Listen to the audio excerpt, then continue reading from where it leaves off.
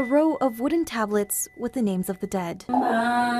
This Buddhist temple in Tokyo houses a silent testimony to young Vietnamese workers who came to Japan in hopes of a new life. They thought because they're young they'd be okay, so they'd overwork themselves.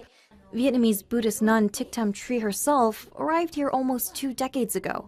Since then, she's been counseling other Vietnamese migrants, many of whom she says are young people from rural homes and poor families. The parents were so proud of their sons and daughters studying and working in Japan, but what they end up with instead are their children's remains.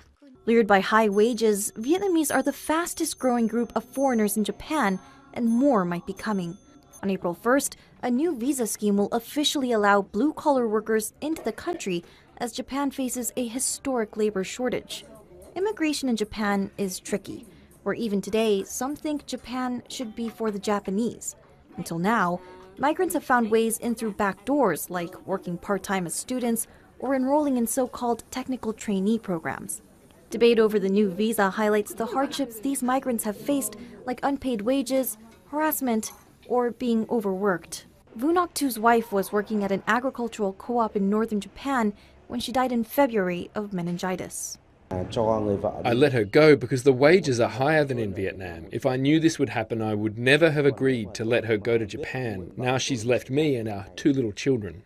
Thu says his wife didn't receive medical care soon enough, though the co-op tells Reuters she was taken to the hospital as soon as her illness was known.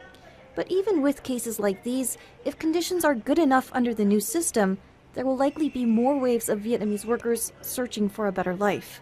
The program will let 345,000 new blue-collar workers into the country over the next 5 years.